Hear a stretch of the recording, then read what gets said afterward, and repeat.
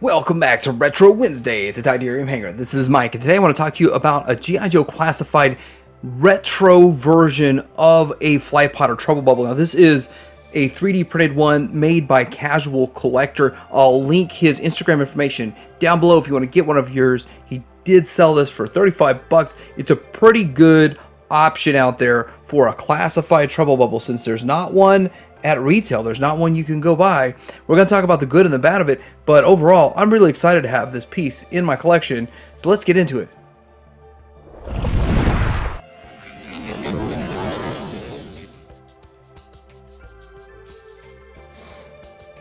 All right, so here's what's all included in the package. Of course, you get the trouble bubble, the flight pod itself with a movable canopy already installed and ready to go.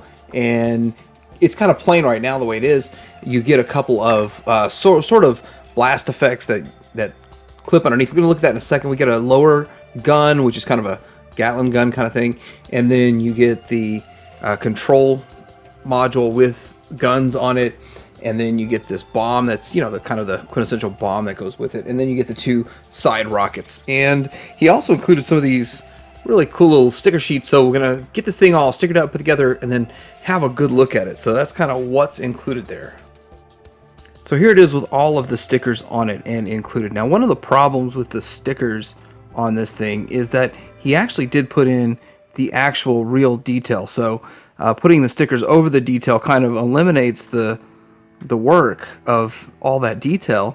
So you could either paint it or use the stickers over it, or just place the stickers in different areas, which kind of doesn't make sense. But anyway, it kind of having some fun with the stickers wherever you want to put them. Of course, some of the stuff I just used the vintage instruction sheet for the stickers, and it kind of works for the most part. Not everything works though. So the big giant one doesn't really stick. Almost nothing sticks to the bubble here. But looking at this overall though, it looks good. It's super retro. We're gonna do a comparison to a vintage one, and it looks great. It looks the part, it fits the part, and nothing is painted on this thing. So if you really want to customize it, you'd want to paint the turbines, and then you want to paint like the seat. But it comes as just one giant chunk of white plastic, and then you have the canopy. Now, this thing was originally assembled, and to assemble it, it was real delicate. So a vintage one is really pretty delicate, and it falls apart and breaks and stuff. So this being one giant solid chunk is a good idea, and I like that. The turbine, these flaps here don't move, so I'm okay with that 100%. It makes it more stable. It'll sit there real solid and stable. So I like this overall. What's been happening, what he's done with it, it is great. I really do like it. And the fact that he included the stickers is a nice touch. So anyways, these stickers on this side seem to stay on a little bit better. But let's have a look at a couple of different features on this thing. So as I said before, this does open and close. The cockpit opens and close, or the bubble of itself, so that is hinged, but the bubble is not very translucent, so that's kind of a downside. And I know that making it, the more translucent you make it, kind of the harder it would be, or the more expensive it would be, so it's not clear. Now, I do want to point out there is a lot of detail on the inside here where you can see the seat, and kind of like a little there's a control panel there, and there's a lot going on in there. For it doesn't look like it was exactly copied from the original, so it is just a kind of its own design. So it's pretty good. Like, he's designed these things really well. It's not an exact copy. Now, the fact that it is 3D printed, none of the stickers really want to stay on that well. You might want to glue them. So another feature is it does have missiles that it wasn't added in, it wasn't designed in. It clips and unclips made of different color filament. So that's the other thing, it's made of filament because it's 3D printed, and it's not resin 3D printed. So you are going to see some bit of jagged edges, or the lines from it. And so that's something that I was expecting and perfectly prepared. And in person, it's really not that big of a deal. It actually looks more machined than just super smooth. And so that's just part of the look and the aesthetic of this thing. Now, you do get these guns, and this lower gun here moves back and forth. Now, it doesn't match the classic, and we're going to see that here in a comparison.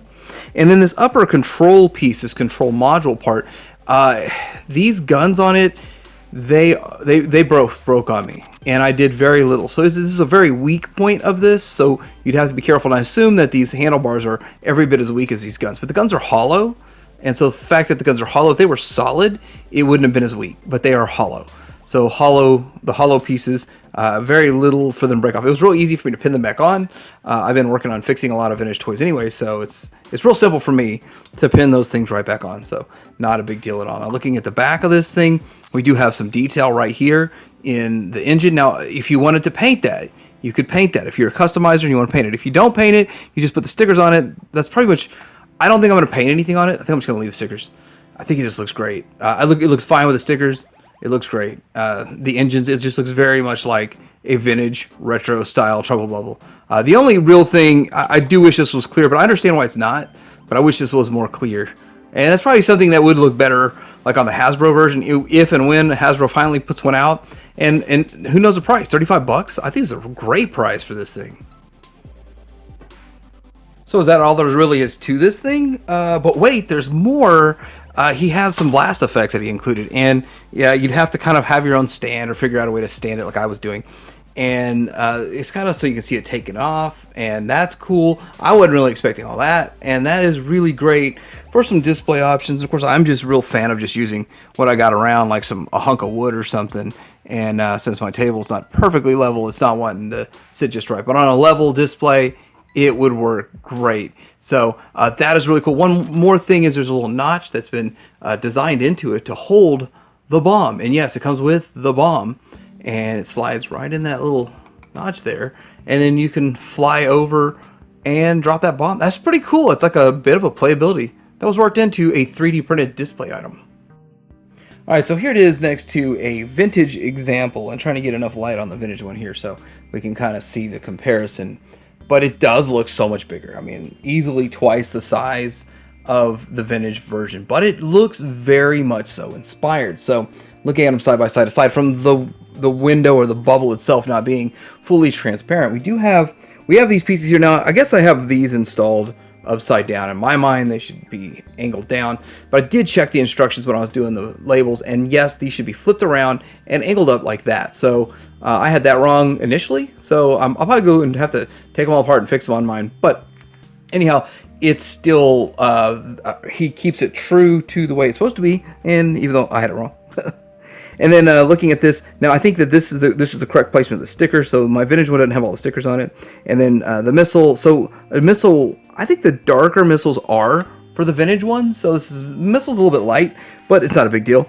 Over here, the labels on the engines. Now the engines are different. This is more of a pointy kind of an engine there, and that is rounded off. And then looking down below, the turbine or these little lateral pieces, the flaps, they move. This don't, and I do like that they don't move. That's actually really good because this is kind of annoying sometimes.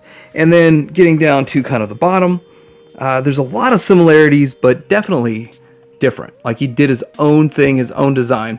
And as you can see, this is a weak point where the chair kind of meets this bar up here. That's a weak point that breaks a lot. And so all this is just made as one unit, and it's a lot stronger. It's a lot stronger, a lot sturdier because he designed it that way.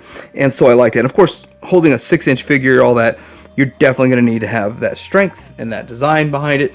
And looking at the gun, so this gun here, this actually is guns added onto the control panel, where you really only have a control panel and just a couple little nubs. So we did go a bit of an extra mile with that, so I like that in the design. But the gun, this lower gun down here, he went with this kind of gun. Now, I kind of would have preferred that myself, but this is the design he went with, and I bet you it's because this will hold up and be stronger, because we do know with this material is kind of weak. So the more material you have, the stronger it is, and the less chance it will break.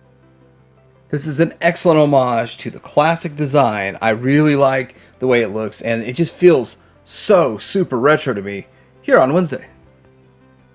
Here's a nice little bomb comparison here, and this is the original, and then this is his. Now, there's not much of a size difference between these two, and his does look really good. I mean, just really, really good the way he made it. And it's kind of looks like a machined type of finish to it, which is great for this bomb, and it's got like a shiny metallic finish to it, so I really like the way that looks. None of the stickers actually are the stickers that go with this that were on a sticker sheet, but I don't really care. I just think it looks cool. It's a great little addition, and frankly, he didn't really need to include that. Like, I think people would have been perfectly happy just having a trouble bubble, even if it didn't have the bomb. It's just a nice little touch that he added in. So what good would it be to have this little trouble bubble and not put a figure in it? So let's open up the bubble and put in a Cobra Trooper. And so I really don't recommend that you try to put his hands over this. I think these might break, so just rest them there and then kind of close that. Now, one downside here is, of course, you're not really going to see his face or who's in there and all of that because of the fact that he is, well, this isn't transparent, but that's one downside to it.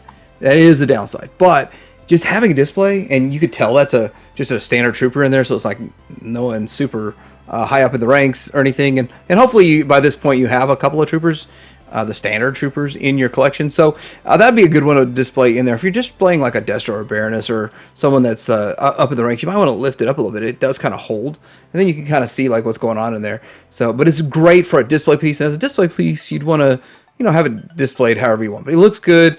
Looks really great. He fits in there. He's not falling out. It fits fine. It's the great size, and it works really well. So this has been my quick look, a fun retro Wednesday look at a retro style 3D printed trouble bubble made by Kasual Collector on Instagram, and it's a great feature, a great vehicle, small vehicle to put in lineup. It's probably my favorite vehicle, the trouble bubble, out of all of G.I. Joe. It's small, it's simple, but yet mind-blowing and unbelievable that they even came up with it and designed it and made it. And I just love this vehicle. I have quite a few of the vintage ones, as you can see in the back there, and I'm gonna have a few of these, whether it's a couple of his and then a couple of Hasbro's when they finally put them out, but eventually I'm gonna have several, and you can get yourself one of these. Follow the link below. Like, subscribe to Deer Hanger out.